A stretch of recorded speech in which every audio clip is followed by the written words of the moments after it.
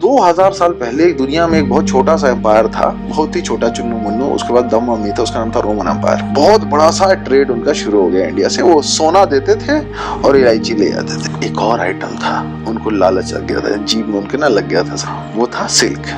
इतना जबरदस्त मोनोपोली इस धरती पर और किसी, मतलब इवन ऑयल का भी नहीं रहा जैसा सिल्क का डोमिनेंस था। ये कम से कम 1000-2000 साल तक जो चाइनीज थे उन्होंने बड़ा पैसा कमाया। तो जस्टिनियन ने बोला कि यार ये चाइना से ना दूसरा रूट खोजा जाए, क्योंकि हम सारा गोल्ड जो है ना वो अपने जो सबसे बड़े दुश्मन है ना सैसनेट्स और पर्शियंस, इन्हीं को हम दे रहे हैं गोल्ड, और ये हम लोगों को दे रहे हैं सिल्क।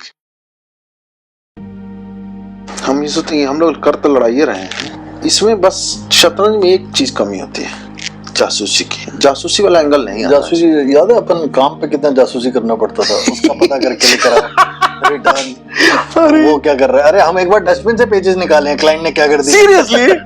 हाँ निकाले थे हम तो एक दो बार उल्टा फोटो खींचे।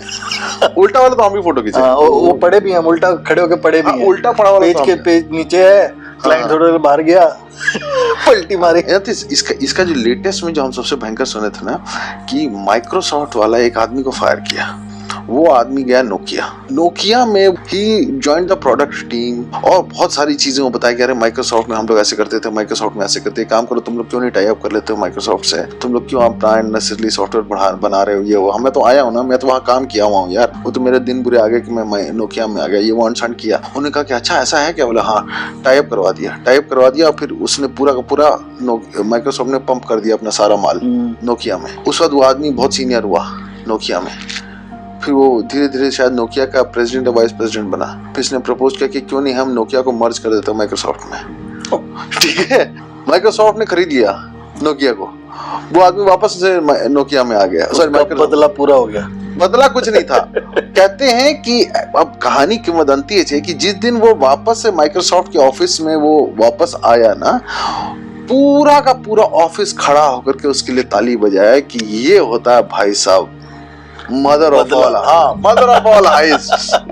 पूरी कंपनी खा करके आ गया ये इसके लिए माइक्रोसॉफ्ट की। लेकिन जानते हैं इस तरीके की जो चीजें होती हैं जनरली, ये क्या होती है कि भाई दूसरे को हराना है। बट ये माइक्रोसॉफ्ट ने एप्पल के साथ भी यही करा था। हाँ, सब लोग आपस में करते रहते हैं। लेकिन इसकी जन्मदाता जननी का कहानी आप जानते हैं क्या? Mother of all. इतना बड़ा षड्यंत्र जो था ना, ये जनरली क्या होता है कि ये ना मोनोपोलीज जहाँ होती हैं वहां पे ये इतना इम्पोर्टेंट होता है तोड़ने का तिजोरी में। एग्जैक्टली जो ये करता है कोका कोला करता है। ठीक है, कोका कोला भी क्या कर रहा है 100 साल से, बोले कि हमने क्या अपना फॉर्मूला डाल के रखा है, अनशन बकवास होता है, हवा मार रहे हैं, उससे ज्यादा टेस्टी तो अपना थम्स अप है। लेकिन इसका जो सबसे भयंकर एग्जाम्पल है ना, वो माना जाता है आज से 2-2.5 हजार साल पहले का। 2000 साल पहले एक दुनिया में एक बहुत छोटा सा एम्पायर था, बहुत ही छोटा, चुन्नू मुन्नू। उसके बाद दम मम्मी था, उसका नाम था रोमन एम्पायर। ठीक है, चुन्नू मुन्नू सा था, छोटी सी कंट्री थी कि नहीं, उसकी बहुत बड़ी जमीन थी। तो वो चुन्नू मुन्नू सा जो एम्पायर था, उसके यहाँ बहुत गरीब लोग थे जो दुनिया के सबसे धनी थे। ठीक है, the richest people on earth were in the Roman Empire. वो लोग उन लोग चूंकि जब धनी हो जाता ना, उसका टेस्ट बेटर हो जाता, तो पहले वो ऐसे मांस उबाल के खा लेते थे। बाद में पैसे आ गए तो उन्होंने इंडिया से मसाले मंगवाने शुरू किए। तो गोल मिर्च और बड़ी इलायची और छोटी इलायची और ये और इमली सब मिला जुला करके बहुत बड़ा सा ट्रेड उनका शुरू हो गया इंडिया से। वो सोना देते थे और इलायची ले जाते थे। इतना बढ़िया धंधा दुनिया में। तो सोना दे रहे हैं, अब इलायची ले रहे। कहते हैं कि for black pepper they traded so much gold कि मतलब करीब बैंकरप्ट हो गए थे। लेकिन बैंकरप्ट सिर्फ ब्लैक पेपर से नहीं हुए थे, एक और आइटम था, उनको लालच लग गया था, जीभ में उनके ना लग गया था सबको, वो था सिल्क। इलायची के साथ एक प्रॉब्लम क्या था, इलायची तो खुद दाना होती है, आप लेके आओ इंडिया से, अपने यहाँ गमला खोदो लगा दो, उग जाएगी इलायची। लेकिन सिल्क में ऐसा था नहीं। और सिल्क जो था इतना जबरदस्त मोनोपोली इस धरती पर और किसी, मतलब इवन ऑयल का भी नहीं रहा जैसा सिल्क का डोमिनेंस था। मतलब अगर आप एलीट हैं और अगर आप कुछ हैं तो साहब सिल्क ही पहनना है और कोई रास्ता नहीं है। ठीक है, ये कम से कम 1000-2000 साल तक जो चाइनीज थे उन्होंने बड़ा पैसा कमाया, बड़ा पैसा, अरे खूब पैसा कमाया। और वो इतना इंपॉर्टेंट था ना, बोले इंडिया में थोड़ी बहुत वो टेक्नोलॉजी इन्होंने डेवलप कर ली थी, लेकिन वो क्वालिटी उतनी अच्छी नहीं होती थी। The Chinese silk was very superior, बहुत सुपीरियर होती थी। अब पूरा का पूरा जो रोमन एम्पायर था भाई साहब, उसने इतने मसाले खाए और इतना सिल्क पहना कि बैंकरप्ट हो गई और वो टूट गई। एक वेस्टर्न रोमन एम्पायर हो गया, एक ईस्टर्न रोमन एम्पायर हो गया। ईस्टर्न रोमन एम्पायर कॉन्स्टेंटिनोपल, अगर आप जानते होंगे शायद, वहां से रूल होता था और उसको शायद बाइजेंटाइन एम्पायर भी कहते थे। ठीक है, कॉन्स्टेंटिनोपल इज इस्तांबुल नाउडेज। हाँ, इस्तांबुल तो टर्की हुआ ना। और वहां से जो राज्य रूल होता था रोमन एम्पायर का, उसको शायद बाइजेंटाइन रोमन एम्पायर कहा जाता था या ईस्टर्न रोमन एम्पायर कहा जाता था। और उसके ठीक बगल में कौन था? पर्शिया। ठीक है, और जो ऊपर में था, आई थिंक शिनजियांग वांग के आसपास में, वो था सैसनेड। पर्शिया तो ये वाला एरिया हो गया, ईरान वाला। और ऊपर वाला शायद सैसनेड एम्पायर था, जो कि लातविया, ये जो दूसरे टाइप की कंट्रियां हैं। तो क्या हुआ कि ये सैसनेड एम्पायर और ये जो पर्शियन एम्पायर थे, ये लोग क्या करते थे, ये लोग चाइना से जो भी आता था सिल्क, उसको खरीद लेते थे और ये ट्रेड करते थे रोम से। अब बड़ा मोटा पैसा। मिडिलमैन नहीं, मिडिल कंट्री है ये, समझिए, मिडिल एम्पायर्स। लोग सोचने लगे कि आखिर किया क्या जाए। तब तक फिर क्या हुआ कि शायद ना यहाँ पे हुआ कुछ ऐसा कांड कि कब ईस्टर्न यूरोमन एम्पायर था, उसका एक बड़ा विजनरी किंग बना, उसका नाम था जस्टिनियन। तो जस्टिनियन ने बोला कि यार आधा पैसा तो हमारा ये सिल्क खरीदने में ही चला जा रहा है। और दूसरी चीज उसने ये भी सोचा कि अगर ये सिल्क का ट्रेड अगर हम सिर्फ बंद कर देते हैं तो हमारे पास इतने पैसे हो जाते हैं कि जो वेस्टर्न रोमन एम्पायर है ना, उसके ऊपर मैं हमला करके कब्जा कर सकता हूँ। क्योंकि हर आदमी वही सोचता था कि मैं रोमन एम्पायर को मिला करके I will be the seizure, तो जूलियस सीजर वाला जो उनका ड्रीम था, तो जस्टिनियन का भी था बेचारे का। तो जस्टिनियन ने बोला कि यार ये चाइना से ना दूसरा रूट खोजा जाए, क्योंकि हम सारा गोल्ड जो है ना, वो अपने जो सबसे बड़े दुश्मन है ना, सैसनेड्स और पर्शियंस, इन्हीं को हम दे रहे हैं गोल्ड, और ये हम लोगों को दे रहे हैं सिल्क। तो ये कोई और रास्ता खोजना पड़ेगा भाई। तो उन्होंने रास्ता क्या खोजा, वो गए पर्शियन गल्फ से नीचे और शिप से इंडिया पहुंचे हैं। फिर इंडिया से फिर उन्होंने बंगाल से अपना सिल्क विल्क खरीदा और लेके आने लगे। तो रास्ते में उनको पायरेट्स ने लूट लिया। फिर बोला यार ये तो बहुत खतरा है, ये तो बहुत मुश्किल है। तो उन्होंने कहा कि छोड़ो, ये वाला जो रूट है वो इंडिया से खाली जो गुजरात से आता है माल, वहीं तक ठीक है। वो अपने को गुजरात और जो ईस्ट कोस्ट से जहाँ से कि आपके स्पाइसेस आते हैं, वो वहीं तक लिमिट कर दिया उन्होंने। फिर उन्होंने दूसरा रास्ता खोजते हैं भाई, वो रशिया से घूमते हुए आए। अरे विश्वास करो, सही मजाक नहीं कर रहे, रशिया से घूमते हुए लेकर के आए भाई। 7 महीने लगे, 8 महीने लगे माल पहुंचने में। ठीक है, वो कहे भाई इसमें तो पैसे भी खर्च हो गए। ठीक है, और मतलब इतना लेट अगर माल ही आएगा तो उसका तो मतलब प्रॉफिट भी बड़े कम हो जाएंगे। इतने लोग भाई, पूरे कैरावन को जिंदा भी तो रखना है, सबकी तनख्वाह होती है। बोले ये भी मामला खराब है, नहीं back to square one. Justinian बेचारा सोचता रहा। एक दिन जैसा हमेशा होता है, ठीक है, then walked in the hero. 2 monk आए। दोनों मंक जो थे वो एक्चुअली जेजुइस्ट थे, जो कि मतलब वो फैलाते थे क्रिश्चियनिटी, वो लोग थे। तो लोग आए कि प्रभु ये क्या होगा, आशीर्वाद ले। बोले हमें तुम्हारे कष्ट के बारे में पता है। इस जस्टिनियन ने बोला कि आपको पता है? बोला हाँ। तो उपाय, प्रभु उपाय बताइए। तो बोले उपाय तो ये है कि एक्चुअली में हम दोनों लालची हैं। ठीक है, तो कहा अच्छा आप लोग लालची हैं, इसका मतलब आप लोग पैसे लेके काम कर लोगे? बोले हम दोनों कर लेंगे तुम्हारा काम। तो बोले तुम क्या करोगे? बोले देखो तरीका तो एक ही है। बोले क्या? वहां पे जो सिल्क उग रहा है ना या बन रहा है, वो तुमको बनाना होगा यहाँ। तुम बनो ना प्रोड्यूसर। चाइना पे क्यों 1000 साल से हम उन लोगों के ऊपर रिलाई कर रहे हैं यार।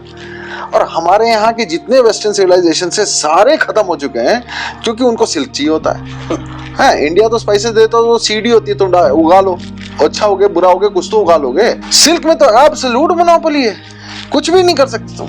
तो बोले तो प्रभु आप ही लोग कर दीजिए। तो बोले उसी के लिए तो आए गुरु। So we need funding to take this voyage. तो उससे पहले पूछा उससे कि आप कैसे कर सकते हैं ये काम। तो कहा कि हम लोग बहुत क्लोजली जो पेजेंट्री है ना, पेजेंट्स क्लासेस, उसके साथ काम किए हुए हैं इन पर्शिया, इन सैसनिड एम्पायर का जो भी एरिया था वहाँ, इन इंडिया, इन चाइना। हमने आधी जिंदगी जो है ना वो इन पेजेंट्स के साथ ही काम किया, जो लोएस्ट स्ट्राटा, जो वर्किंग क्लासेस हैं, उन्हीं के साथ हमने काम किया हुआ है। तो हमें पता है कि वो सोचते क्या है, हमें पता है कि उनके साथ ट्रस्ट कैसे बिल्ड करना है। और तुमको ये बता दूं कि चाइना का जो सबसे टॉप सीक्रेट चीज है ना वो ये सिल्क ही है। चाइना किसी को नहीं सिखाता है ये, और वो जो वहां का जो एम्परर है वो बहुत क्लोज्ड डोर्स में इसके पूरी की पूरी इस प्रोसेस को, जो सिल्क बनाते हैं ना, उस प्रोसेस को वो रखता है, किसी को एक्सेस नहीं है। तब इसने कहा कि प्रभु अगर आप ये कर लोगे ना तो आप जितना पैसा मांगोगे है, और जो ऐशो आराम आपको चाहिए, या फिर जो भी आपको अपने मिशन के लिए भी चाहिए, मतलब जो भी आपका मिशन है, रिलीजियस मिशन है, वो सारा मैं फंड करूंगा आजीवन। मार्केट इंटेलिजेंस लेकर आओ बस वो चीज मुझे, वो फॉर्मूला नहीं होती, हिंदी फिल्म होता, वो फॉर्मूला मुझे चाहिए, मिस्टर इंडिया वाला, मिस्टर इंडिया, वो फॉर्मूला। ये दोनों बोले अच्छा ठीक है। तब ये दुनिया का फर्स्ट रिकॉर्डेड इंडस्ट्रियल एस्पेनाज शुरू हुआ। पूरा इनको डिस्गाइज किया गया बढ़िया से, जो भी इनको सिस्टम्स पता था वो करते हुए। कहते हैं कि पहले वो शिप से आए इंडिया, सो दैट उनका रूट कभी ट्रेस ना किया जा सके कि वो रोम से आए थे, ठीक है। वो रूट से आए इंडिया, इंडिया की ट्रेडिंग शिप्स और ट्रेडिंग डेलीगेशंस के साथ मिलते मिलते वो गए चाइना, ठीक है। उनका नाम, पता, सारी चीजें बिल्कुल अलग थी, ताकि उनको ट्रेस नहीं किया जा सके कि वो रोमन एम्पायर से आए होते। और वो इंडियन इसके साथ गए थे, ग्रुप के साथ, वहां जाकर के वो लोग रुक गए और वर्किंग क्लासेस के साथ दोस्ती उन्होंने काफी बनाई। तो फिर वहां पे उन्होंने स्पॉट किया कि ये सारे लोग जो है ना, वे मलबरी का जो पेड़ है ना उसको बहुत उगाते हैं। फिर धीरे धीरे इनको पता तो चलना शुरू हो ही गया, क्योंकि वो लोग वो काम करते थे। ये लोग क्या करते थे, ये लोग जहाँ राजा के यहाँ जो सिल्क का जो सीरीकल्चर होता था, तो वो लोग बाहर आते थे, और बाहर आते थे तो ये लोग अपनी बस्तियों में जाते थे, तो बस्तियों में ये लोग ऑपरेट करते थे, बस्तियों में ये लोग कॉन्फिडेंस बिल्डिंग करते थे, बहुत सारी चीजें बात करते थे। ऑब्वियसली कल्चरल जो भी इनका जो टेक्निक था वो अपना यूज करते थे, तो लोग इनके साथ ट्रस्ट करने लगे। धीरे धीरे इनको 2 साल लगे जानने में कि आखिर राज क्या है। तब इनको पता चला कि वो एक कीड़ा है, और वो कीड़ा जो है वो मलबरी के पेड़ के पत्तों को ही खाता है, और उसी के में वो फिर वो अपना ककून बनाता है, और वही ककून जो है वही सिल्क है, और कुछ नहीं है। तो फिर इन्होंने सोचा कि अब इसको स्मगल, क्योंकि ना मलबरी का जो कीड़ा था सिल्क का, बड़ा कमजोर होता था। वो इतना प्रेशर, और मतलब ये उसको उठा करके इतनी दूर ले जाना भी उनके लिए बहुत मुश्किल था। अब ये राज जो है ना वो आज तक नहीं क्लियर है, लेकिन हिंट है। तो ये चूंकि जेजुइट प्रीस्ट थे ना, ये एक स्टाफ लेके चलते थे लकड़ी का, और वो लकड़ी का जो स्टाफ लेकर के चलते थे वो बांस का होता था। अच्छा, खोखला। उसको जस्टिनियन ने ऐसा स्ट्रक्चर दिया था कि वो समझ भी नहीं आ सकता था कि वो खुल भी सकता था और बंद भी हो सकता था। तो ये लोग क्या किए, वो जो ककून थे और जो लार्वा था और उसके एग्स थे, वो उस लकड़ी में भर करके वो लोग उसको बंद करके वहां से फिर वो लोग हाँ, तो वो कहते हैं कि सिर्फ लास्ट डे उन्होंने वो हाइस्ट की।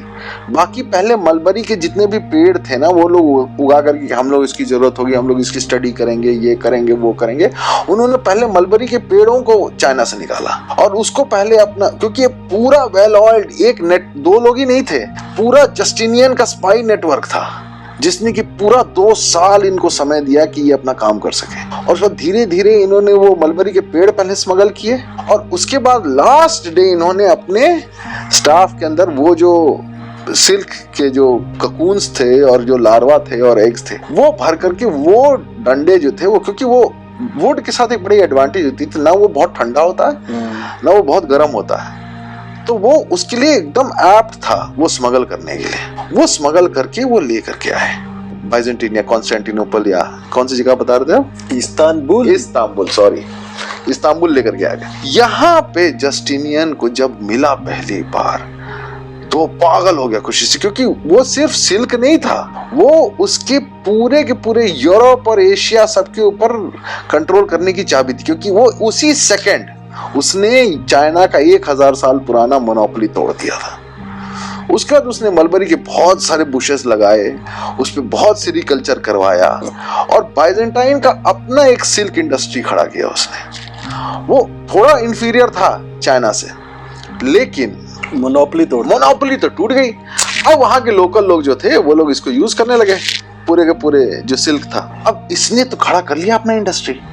अब जैसे ही इंडस्ट्री खड़ा किया, सबसे पहले कौन नाराज हुआ बताइए? हिंदी चीनी भाई नहीं, द पर्शियंस।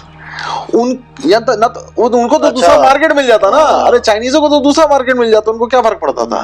इनका तो वही धंधा ही था। वो तो सिल्क रूट जो था उसके ऊपर तो कमांड ही पर्शियंस का था। बस जस्टिनियन ने उनको पैसा देना ही बंद कर दिया।